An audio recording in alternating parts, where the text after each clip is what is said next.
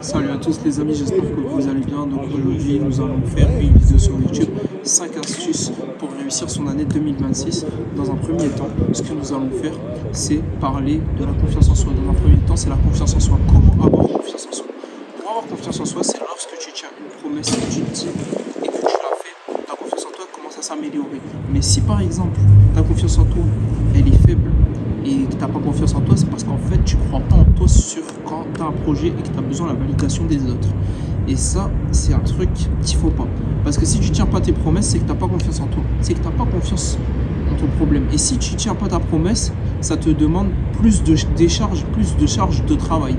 Dans un deuxième temps, pour réussir son année 2026, dans un deuxième temps, ce serait de bien distinguer et de bien avoir une bonne des bonnes fréquentations, parce que forcément, pour réussir son année 2026, il ne faut pas fréquenter des gens qui vous emmènent vers le bas et pas des gens qui vous emmènent vers le haut.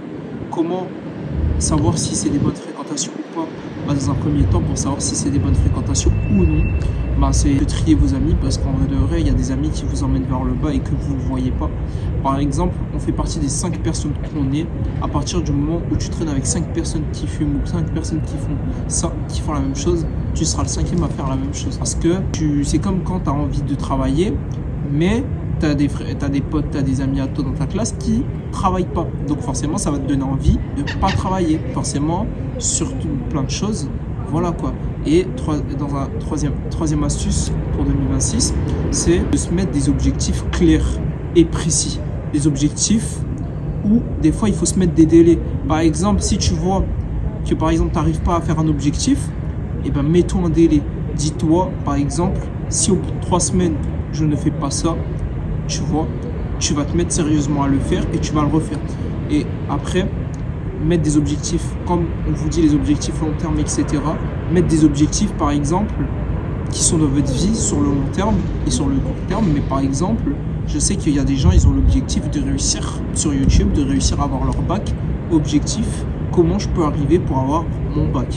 Et ben voilà. Et toi, tu as ton astuce, tu as tes étapes à faire. Et puis voilà. Et dans un quatrième temps, nous allons parler des critiques. Les critiques, ça peut impacter beaucoup de gens parce que, car quand les gens ils critiquent, il faut prendre des critiques qui sont constructives. Qui sont constructibles et en fait, la chose que je vous conseille, c'est que lorsque vous prenez une critique constructible, c'est des critiques qui vous permettent d'améliorer pour aller à la meilleure version de vous-même. Parce qu'en fait, le problème, c'est ça, quoi. C'est qu'il y a certaines choses qui ne vont pas et du coup, malheureusement, dans tous les cas, que vous faites ça bien et que vous faites ça mal, vous allez vous faire critiquer, etc. Donc, nous allons passer à la suite. 5e astuce, ce que nous allons parler pour réussir son année 2026, c'est de ne pas se mentir à soi-même. Et ne pas se mentir à soi-même, c'est quand on fait quelque chose qui est pas bien, par exemple, quand on n'a pas atteint certains objectifs, qu'on évite de rejeter la faute sur les autres, parce que si tu rejettes la faute sur les autres, ça va impacter c'est réel et ça va impacter toi. Parce qu'en fait, si tu rejettes la faute sur les autres, ça veut dire qu'en fait, tu n'assumes pas la responsabilité de ce que tu fais. Ta responsabilité de pas avoir appris l'anglais. Ok, t'as pas appris l'anglais. Ok, qu'est-ce que je dois faire pour m'améliorer? Là, les gens, des fois, ils aiment trop se mentir à soi-même et ils se disent,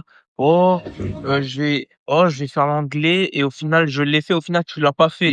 Et au final, de ce qui va se passer, c'est que vous aurez plus de charge de travail s'il va être à faire. Et du coup, qui dit que vous n'avez pas appris ce jour-là les choses que vous vous êtes dit, ça dit que, malheureusement, et ça, c'est sûr et certain, c'est que la confiance en soi brisera, comme je vous ai en parlé. Et comme je vous ai dit dans 6e astuce, comment faire en sorte d'atteindre ce objectif? Déjà, c'est d'être obsédé par ce qu'on fait, et c'est de se dire que la discipline, c'est pas quelque chose qui permet de punir, etc. Parce qu'en vrai, il y a plein de gens qui trouvent que la discipline, ça permet d'être puni. Et moi, je dis aux gens, non, ça ne permet pas d'être puni, etc. Parce que actuellement, les gens qui réussissent, c'est grâce à la discipline, qui mettent envers eux-mêmes, c'est grâce au travail. Et c'est le travail qui finira par payer. Là, tu vois pas tes résultats. Pour moi, c'est être focalisé.